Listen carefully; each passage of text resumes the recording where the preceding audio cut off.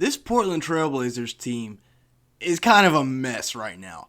First, we came out and said Dame's gone. Well, first they said Dame's staying. Then they said Dame's gone. Now they've said they can't find a trade destination for Dame, which I think they need to trade Dame. And we're going to talk about that in today's video. We're going to discuss that. Because they have their heir apparent at point guard with Scoot Henderson. They had a couple of other very nice draft picks with Chris Murray and with Ryan Rupert.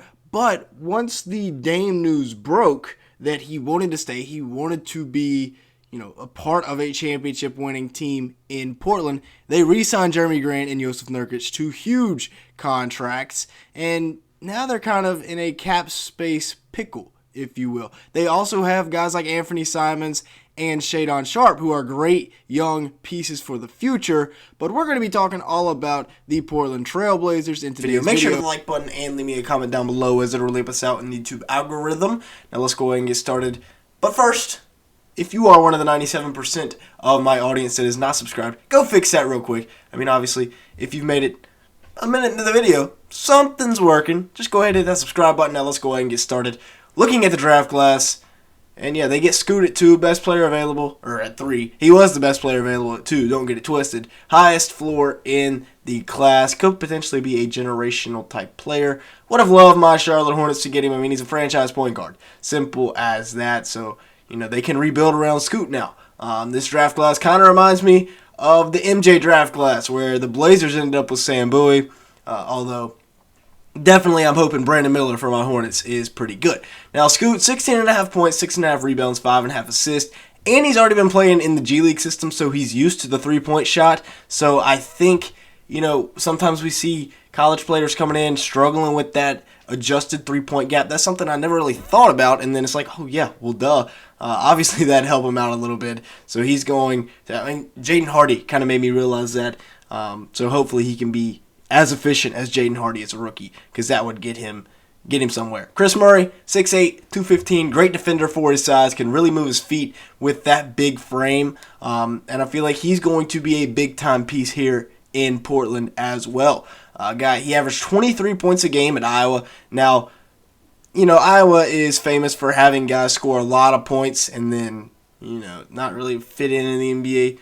Luka Garza, prime example of that. But I think he's going to be a great 3-and-D, and if he's anything like his brother, who I actually see, obviously, they're twins. You see a lot of similarities in them.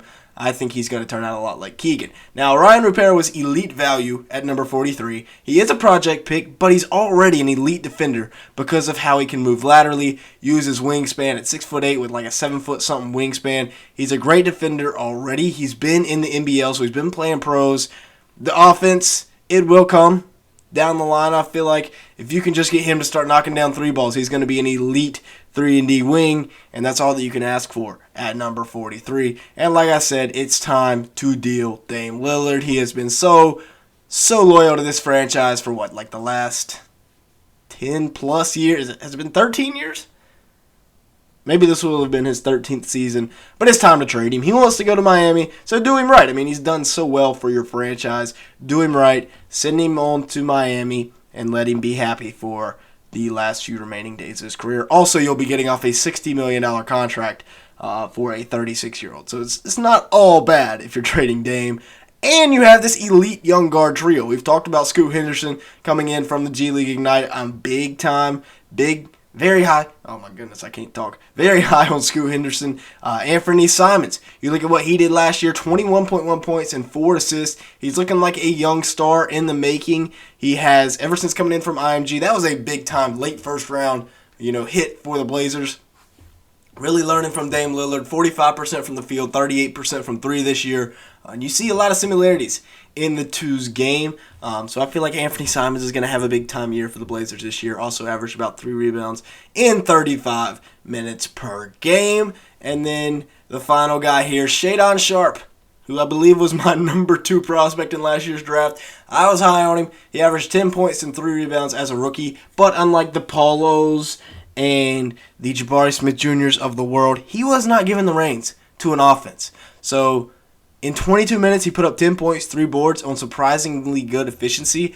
I think Shaedon Sharpe has a long future in the NBA. Maybe I could be wrong, but he's got all the tools, and he shot at 47% from the field and 36% from three. Like I said, surprisingly efficient for a guy coming straight from high school, essentially, to the NBA. Now, the big money that they dealt out, like I said, Jeremy Grant he's here for a while. 5 years, $160 million for a guy that put up 20.5 points a game, 4.5 rebounds, and 2.5 assists per game, while not really playing that much defense whatsoever.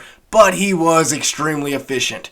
48% from the field, 40% from three, 0.8 steals, 0.8 blocks. Very gifted scorer is Jeremy Grant. Will be 29 years old next year, and he'll be a good piece you can keep around for the next few years. I don't think anybody's going to want that contract, honestly. They went out, they tried to get Draymond. That might have been the last straw for Dame, was that Draymond went back to the Warriors.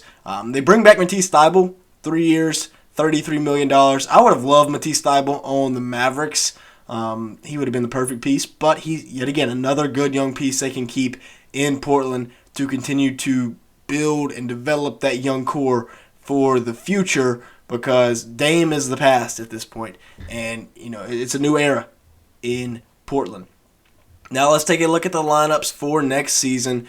Without Dame Lillard in a Blazers lineup for the first time in a really long time, however, you still have two really, really talented guards. Three, honestly, with Shaedon coming off the bench. I think I might have been saying his name wrong the whole time. Y'all will probably be flaming me in the comments for saying his name wrong. It's just the southern accent kicking in. But Anthony Simons and Scoot Henderson at the 1 and the 2. And then you got Matisse Thybulle at the 3. Matisse is an elite defender, and he can knock down the 3 ball. Scoot, decent defender. He's really quick. Got all the tools to be a good defender. Anthony Simons can score it. Scoot can score it. Jeremy Grant can score it. Nurkic, he's down there to get boards and to put back layups, essentially. I guess he's an average defender. He's just an overall average big man. Nothing really to get excited about, but, he's solid there in the middle of the paint. And then you take a look at the bench unit for the Blazers. I threw Tyler Hero in here because I think, as well as the rest of the NBA world, that Portland and Miami are going to make a trade for Dame, and Hero's going to have to be involved.